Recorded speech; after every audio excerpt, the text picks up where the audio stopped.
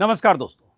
बिहार विधानसभा चुनाव के नतीजों के बाद से मैं इंतजार कर रहा था कि वो दिन कब आएगा जब जनसुराज के मुखिया के तौर पर प्रशांत किशोर मीडिया के सामने आएंगे और बताएंगे कि बिहार में उनकी करारी शिकस्त क्यों हुई।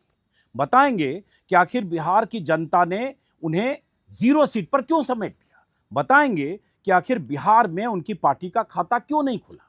बताएंगे कि आखिर बिहार में उनके उम्मीदवारों में से 98% उम्मीदवारों की जमानत जब्त क्यों हुई। बताएंगे कि आखिर इतना जोर लगाने के बाद 3 साल तक बिहार में पदयात्रा करने, तमाम मुद्दे उठाने के बाद भी उनकी पार्टी को महज 3.5% से कम वोट क्यों मिले।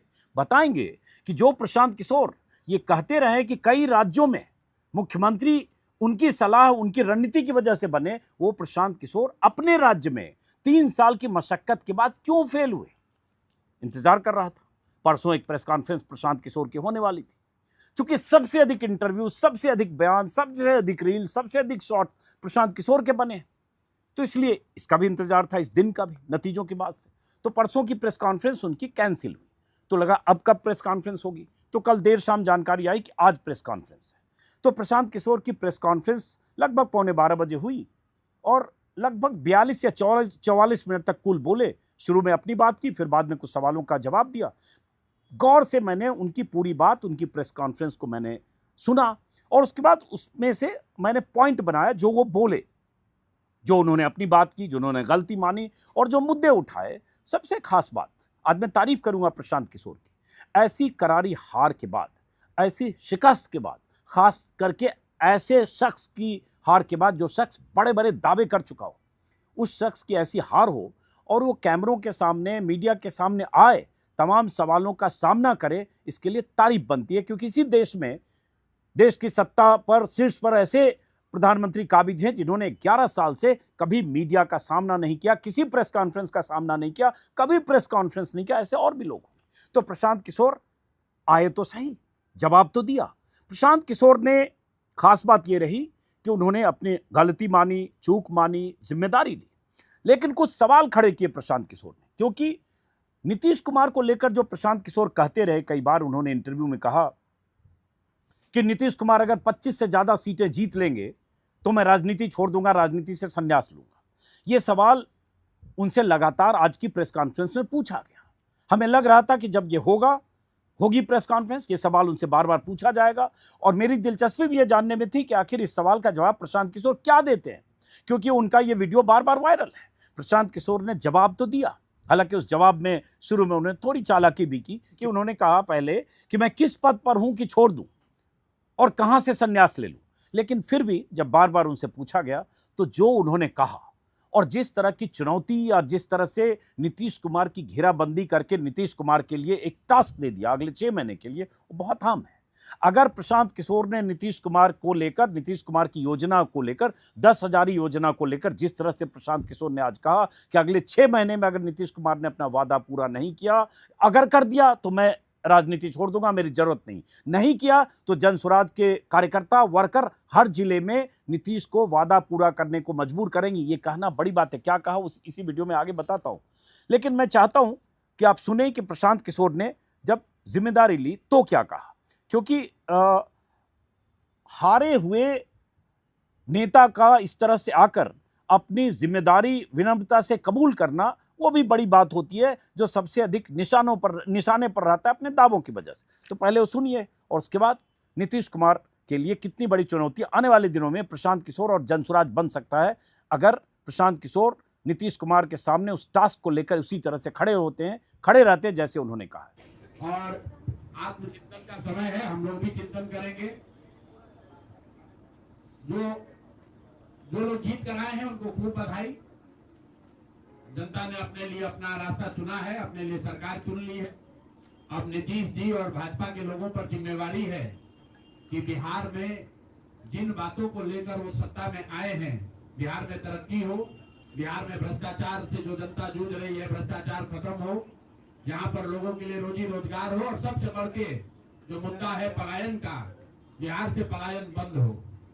हम लोगों से जो गलती हुई है, जिन लोगों ने जनसुराज के विचार पर, इस सोच से इस प्रयास से जुड़कर एक सपना देखा था, एक उनकी सोच बनी थी, उनकी आशा की किरण जगी थी कि बिहार में एक नई व्यवस्था बनाई जा सकती है, उन सब के आशाओं पर, अपेक्षाओं पर, उनके सपनों पर खरा नहीं उतरने के लिए जो दोष है वो मेरा है। इसलिए मैं आपसे विनम्रता से आपसे माफी मांगता हूं कि मैं आपके सपनों के आधार के अनुसार, आपके सोच के अनुसार वो व्यवस्था बनाने में नाकामयाब रहा हूं।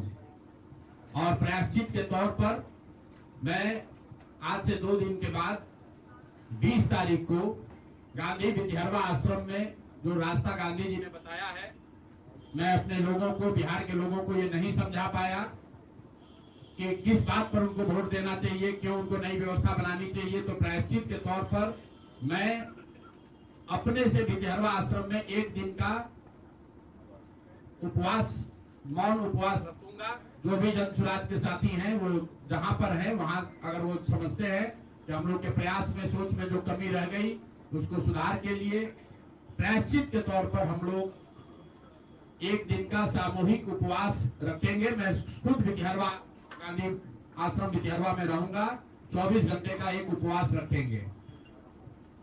गलती हम लोगों से हुई होगी, कमी रही होगी, लेकिन हम लोगों ने कोई गुनाह नहीं किया। गलती हो सकती है, गुनाह नहीं है। वोट नहीं मिलना गुनाह नहीं है। मैं बिहार की जनता के सामने अपने साथियों के साथ बिल्कुल सर उठा के ये कह सकता हूं कि हम लोगों ने गुनाह नहीं किया है।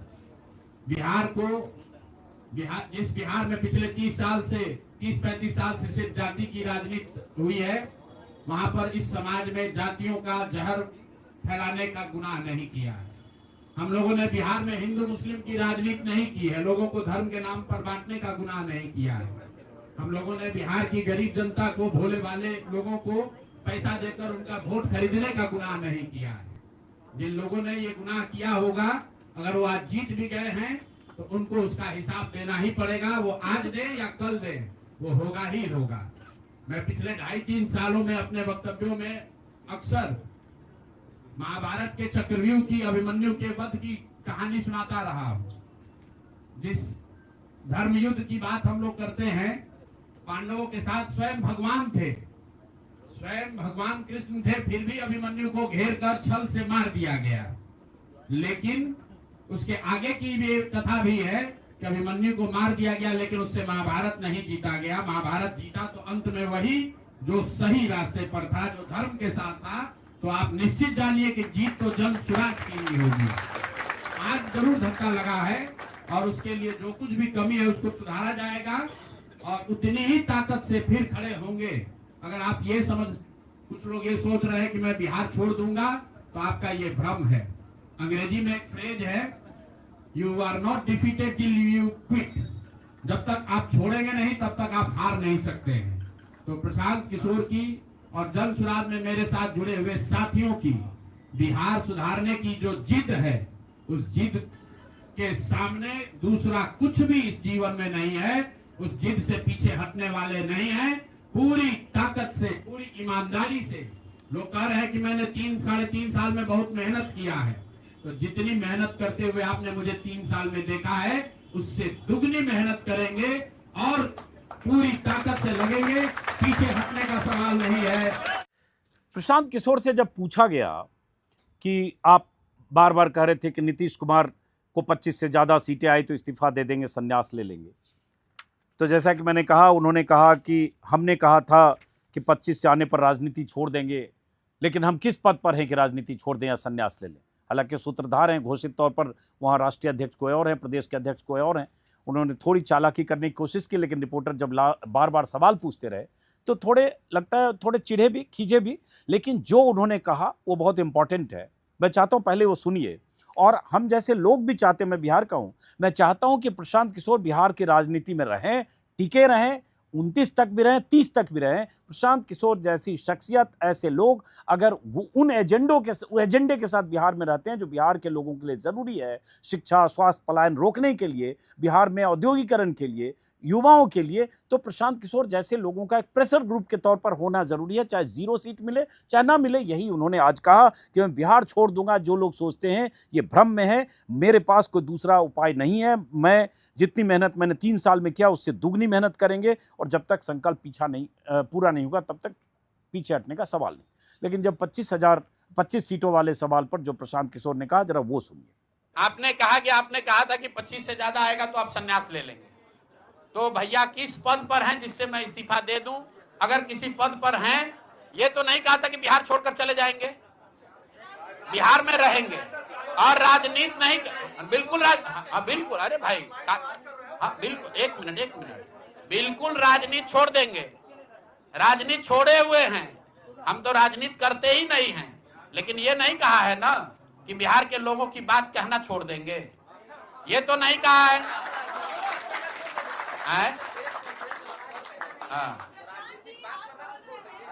नहीं, आपने ऐसा है, हमने कहा कि अगर 25 से ज्यादा सीट आएगा तो राजनीति छोड़ देंगे, बिल्कुल बात पर कायम है। लेकिन ये तो नहीं कहा कि ये 30,000 करोड़ रुपया में वोट खरीदेंगे। अब आप कह रहे नहीं, वोट उन्होंने नहीं खरीदा है, तो हमने कहा अगर नहीं खरीदा है तो 2 लाख रुपया दे दीजिए, हम बिल्कुल छोड़ देंगे। एक मिनट रुकिए, अरे सुन तो लो, सरकार क्या विज्ञप्ति पढ़ लो जिस पर सरकार ने, हाँ बिल्कुल बिल्कुल बिल्कुल, नहीं ऐसा है, बिल्कुल हम भी सभी की बात नहीं कर रहे हैं। सरकार ने 1.5 करोड़ लोगों को 10-10 हजार रुपया दिया है, और पूरे देश में इस बात पर बहस छिड़ी हुई है कि क्या ये 10 हजार रुपया वन टाइम देकर वोट खरीदा गया है कि किसी सरकारी योजना के तहत इस पैसा को दिया गया है। मैं ये कह रहा हूं कि मैं बिल्कुल ये मानने को तैयार हूं कि सरकार का ये एकाधिकार है, वो चाहे योजना शुरू कर सकती है। अंतिम महीने में किया, उसमें कोई दिक्कत नहीं है, हम उस बात में नहीं पड़ रहे हैं। इलेक्शन कमीशन ने चुनाव के दौरान ये पैसा बांटने दिया, ये उनकी गलती है, उस पर भी हम टीका टिप्पणी नहीं कर रहे हैं। हम तो ये कह रहे हैं कि जिस योजना के तहत आप जीत कर आए हैं उस योजना को लागू कर दीजिए। हम लोग को बिहार में रहने की भी जरूरत नहीं है, बिहार ही छोड़ देंगे, राजनीति की क्या बात कर रहे हैं।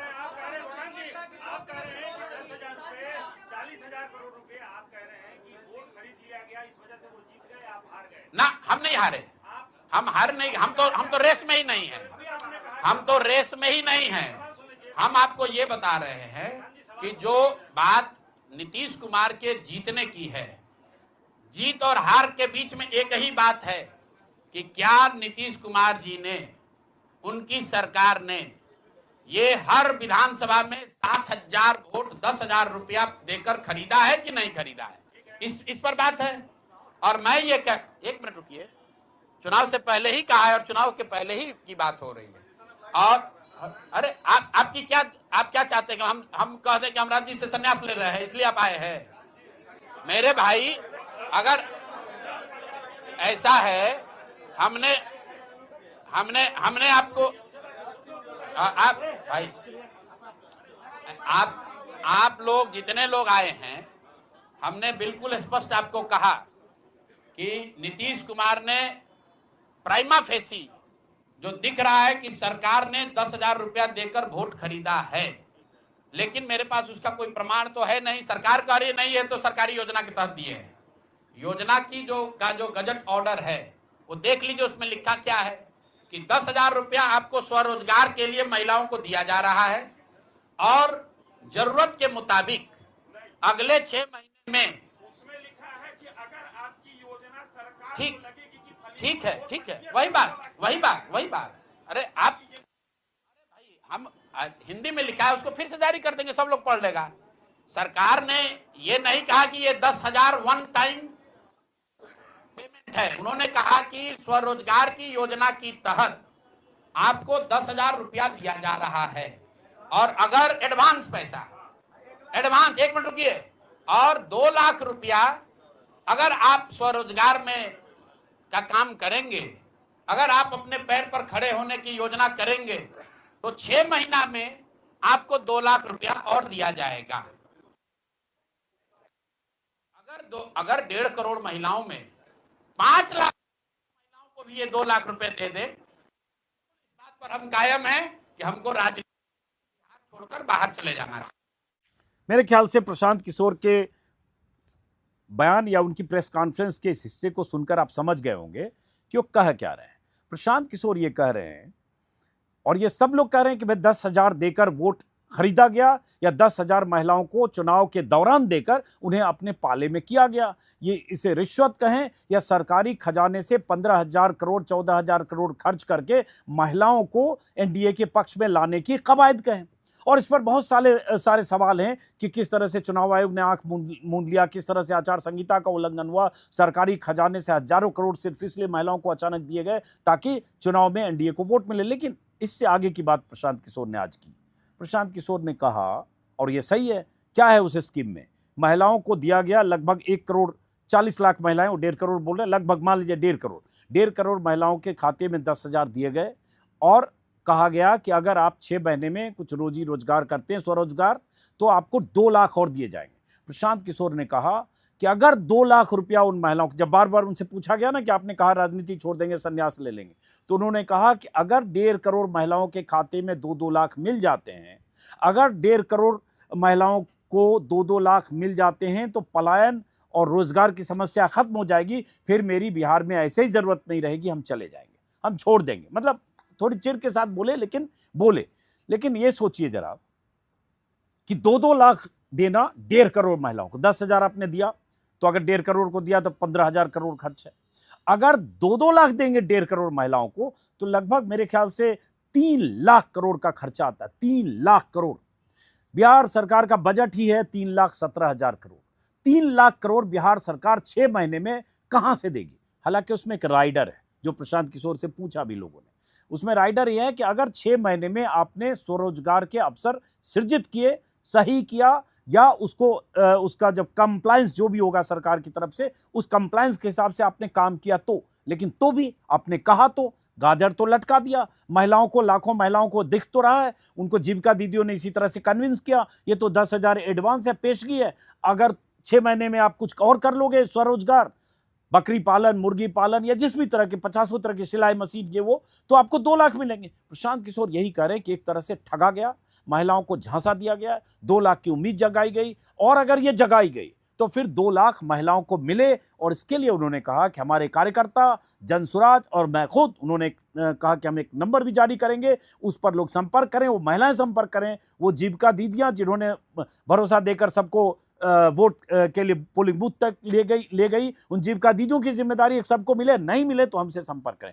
अब ये एक बड़ा टास्क है, और मुझे लगता है प्रशांत किशोर ने जो बात कही है, मुझे लगता है पूरा विपक्ष एकजुट होकर बिहार सरकार को मजबूर करे कि आपने जो कहा वो कीजिए। सिर्फ 2 लाख की गाजर लटकी है, 10,000 आपने ट्रांसफर कर दिए, लेकिन बात यह है कि आपने जो आगे कहा वो करेंगे क्या, जो प्रशांत किशोर ने कहा। एक और हिस्सा मैं चाहता हूं, चूंकि देखिए इस पर बहुत बार बात हो रही है कि किस तरह से बिहार में वोट को प्रभावित किया गया। मतलब 6 अक्टूबर को चुनाव की घोषणा हुई, उसके ठीक पहले 1.5 महीने में देखेंगे तो लगभग 40,000 करोड़ की घोषणाएं की गई, और वो लोक कल्याणकारी घोषणाएं, चाहे बेरोजगारी भत्ता हो, चाहे किसी तरह की पेंशन स्कीम 400 से 1100 करना हो, फ्री बिजली हो, चाहे महिलाओं को पैसे देने की बात हो, आंगनबाड़ी वर्कर को देने की बात हो, जीविका दीदी, सारी योजना मिलाकर। तो प्रशांत किशोर ने आज उसी पर सबसे मुखर होकर अपनी बात रखी। मैं चाहता हूं उनके उस, चूंकि ये बिहार की जनता को, बिहार की पब्लिक को, बिहार के वोटर को ये पता भी चलना चाहिए कि आपके साथ कहीं छल तो नहीं हो जाएगा 5-6 महीने बाद, क्योंकि आपको इसी उम्मीद पर महिलाओं को अपने पाले में किया गया है। तो प्रशांत किशोर की बात आप सुनिए। कुल मिलाकर 29,000 करोड़ रुपया, करीब 29,000 करोड़ रुपया बांटा गया है। 40,000 करोड़ रुपए की योजनाओं की घोषणा की गई है। अब हम यहाँ इसलिए नहीं बैठे हैं ये कहने के लिए कि इसी वजह से हम लोग चुनाव हार गए। मेरा अब सीधा सरकार से एक आग्रह है कि आपने 2 लाख रुपए देने का वादा किया है, जनता ने आपको मत दे दिया, अब आप सत्ता में बैठे हैं, तो कृपा करके जो 1.5 लाख महिलाएं, 1.5 करोड़ महिलाएं हैं जिनको आपने 10,000 रुपया दिया है, उन सभी महिलाओं को अगले 6 महीने में 2 लाख रुपए तक देने की व्यवस्था कीजिए, क्योंकि अगर वो हो जाएगा तो बिहार से बेरोजगारी दूर हो जाएगी, बिहार से पलायन बंद हो जाएगा।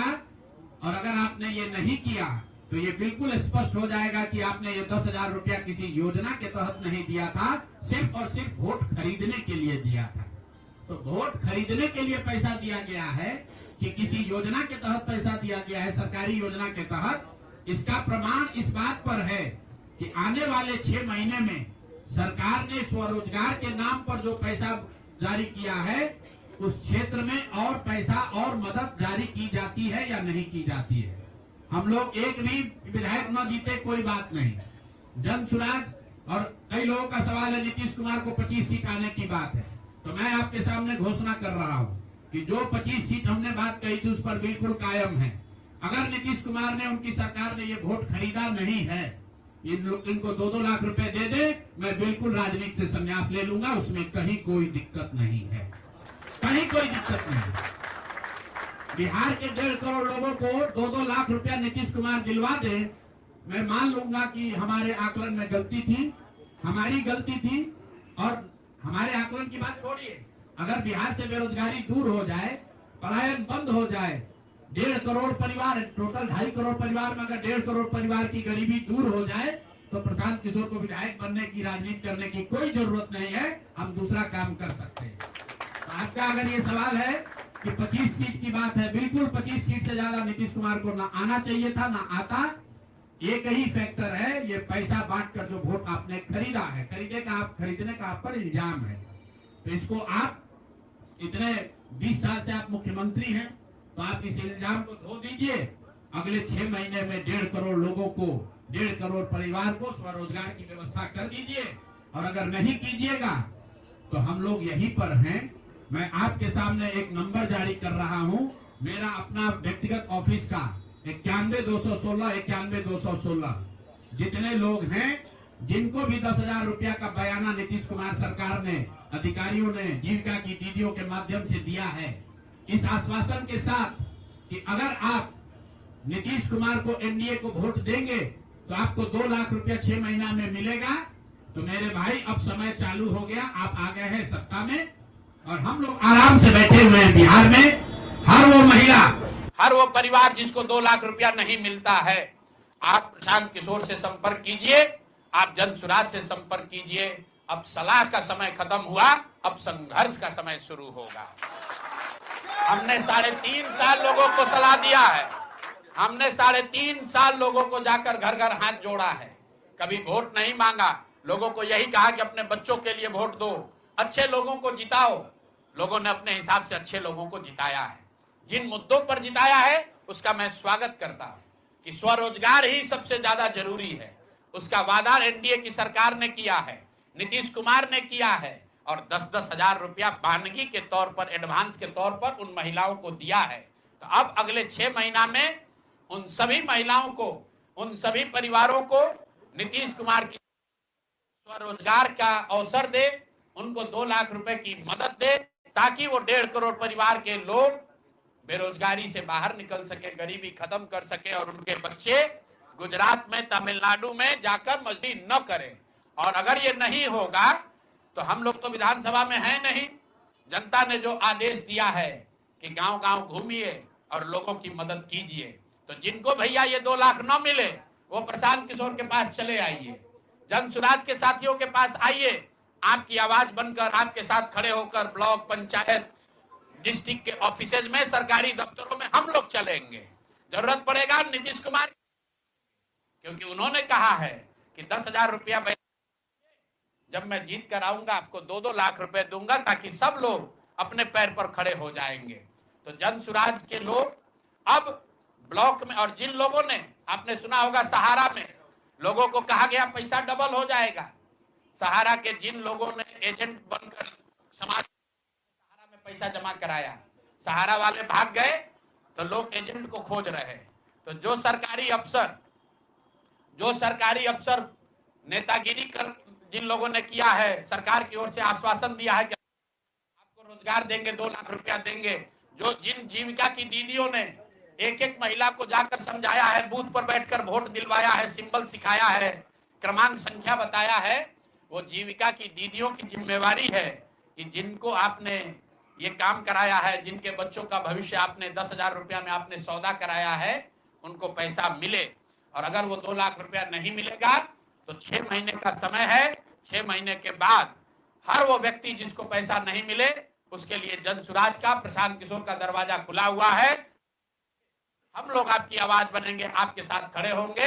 हम लोग विधायक सांसद नहीं है, लेकिन समाज में हमारी ताकत जो आवाज है, आपके वो आवाज आपके साथ जोड़ेंगे और हर हालत में आपको ये 2 लाख रुपया मिले, इसकी लड़ाई को जारी रखेंगे।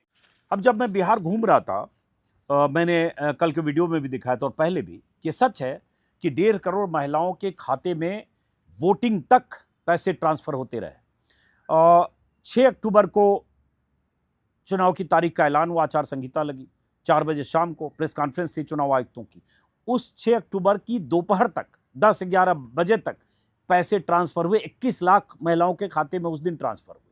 और जिन महिलाओं ने फॉर्म उस तारीख तक जीविका दीदियों ने भर दिए थे, उनके पैसे वोटिंग तक ट्रांसफर होते रहे। और इस पर सवाल उठा कि आखिर ये ट्रांसफर पैसे होते रहे चुनाव आचार संहिता लागू होने के बाद, इसे रोका क्यों नहीं गया?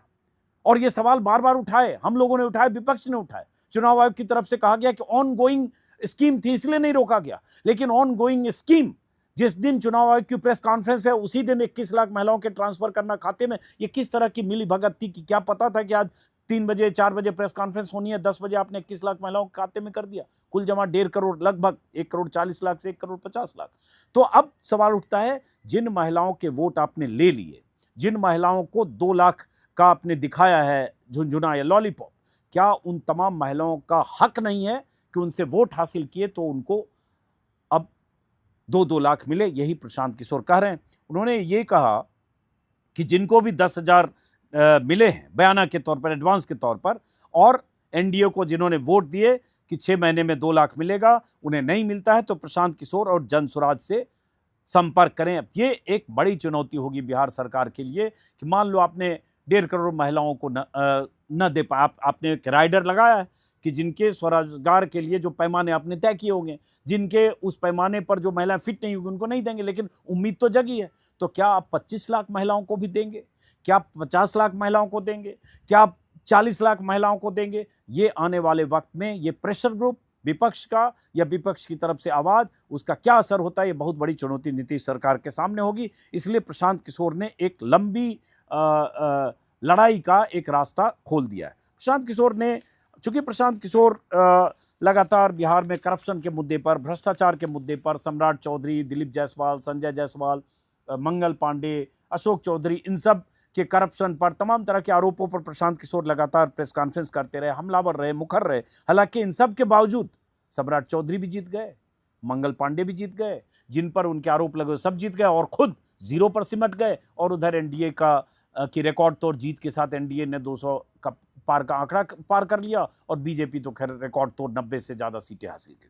तो प्रशांत किशोर ने आज ये भी कहा कि हम इंतजार करेंगे कि नीतीश कुमार इस तरह के भ्रष्ट और बेईमान और आरोपी दागी लोगों को अपने मंत्रिमंडल में शामिल नहीं करेंगे। अगर करेंगे तो हम फिर से संघर्ष करेंगे और उसके बाद उनकी मुखालफत करेंगे। ये सब भी उन्होंने बात की। प्रशांत किशोर ने कहा कि हम अपेक्षा करते हैं कि मंत्रिमंडल में ऐसे दागदार लोगों को शामिल न करें, नहीं तो हम निश्चित तौर पर कोर्ट का दरवाजा खटखटाएंगे। जब उनसे लोगों ने पूछा कि अगर उसके बाद भी उन्हें शामिल किया गया तो आप क्या करेंगे, उसके बाद जो मैंने कहा कि पहले भी जब उनसे पूछा गया 2-3 बार, क्योंकि ये सवाल हमने भी पूछा और लोग पूछ रहे कि भाई 25 से ज़्यादा सीटें आई तो क्या करेंगे, उन्होंने कहा हमने लिख कर दिया था कि 25 से ज़्यादा सीटें आएगी तो राजनीति छोड़ दूंगा, लेकिन ये नहीं कहा था कि 10-10 हज़ार देकर वोट खरीदे जाए। प्रशांत किशोर ने अपनी प्रेस कॉन्फ्रेंस में ये भी कहा कि जो मैंने परिकल्पना की थी रोजी रोजगार और बिहार के लोगों के लिए, उस परिकल्पना को मैं जनता तक नहीं पहुंचा पाया, इसलिए प्रायश्चित के तौर पर भितिहरवा आश्रम में, गांधी आश्रम, वहाँ 1 दिन का उपवास रखूंगा। तो ठीक है, एक तरह से उन्होंने अपनी गलती चूक मानी, जनता तक बात नहीं पहुंची वो मानी। हम जैसे लोग हमेशा कहते रहे कि प्रशांत किशोर जैसे लोगों का राजनीति में होना ज़रूर एक वेलकम स्टेप है, लेकिन और जो मुद्दे उन्होंने उठाए वो ज़रूरी मुद्दे थे। 3 साल उन्होंने बहुत मेहनत भी की है, ये कोई भी मानेगा कि जिस तरह से उन्होंने पद यात्राएँ की, सैकड़ों किलोमीटर, हज़ारों किलोमीटर, और लगातार सड़क पर रहे, 12, 16, 18 घंटे काम करते रहे, लेकिन उसका फलाफल, प्रतिफल उन्हें नहीं मिला। उसकी वजहों की पर चिंतन प्रशांत किशोर अब करेंगे। इसमें अभी चिंतन नहीं है, उन्होंने गलती मानी है। बिहार की राजनीति जाति और धर्म के ध्रुव पर धुरी पर टिकी है, ये सब जानता है। प्रशांत किशोर इसको खारिज करते रहे। जब उनसे कोई रिपोर्टर सवाल पूछता तो चिढ़ भी जाते थे कि आपको बिहार के बारे में कुछ नहीं पता, बिहार के लोगों को इतना मूर्ख मत समझिए, बिहार में ऐसा नहीं होता। बहुत तरह की उनकी थ्योरी थी, लेकिन उन तमाम थ्योरीज को बिहार की जनता ने नहीं माना और उन्हीं पाले में गए जिस पाल या उसी राजनीति को मानकर जनता ने वोट किया जिस राजनीति की वो मुखालफत कर रहे थे प्रशांत किशोर। अब सवाल उनके सामने है कि अगले 1 साल या 2 साल 3 साल क्या करेंगे, भी सवाल उनसे पूछा गया। तो उन्होंने कहा कि अभी हमने जिस तरह की राजनीति की या जो भी हमारा रोड मैप है, ब्लूप्रिंट है, उसको हम देखेंगे, चिंतन करेंगे और सोचेंगे कि आगे हम क्या करें। तो बहरहाल कुल मिलाकर प्रशांत किशोर ने ये कबूल किया और आत्मचिंतन की बात की। हम उम्मीद करेंगे, जो हमने पहले भी कहा है, कि मुद्दे ज़रूर उठाएं एक प्रेशर ग्रुप की तरह।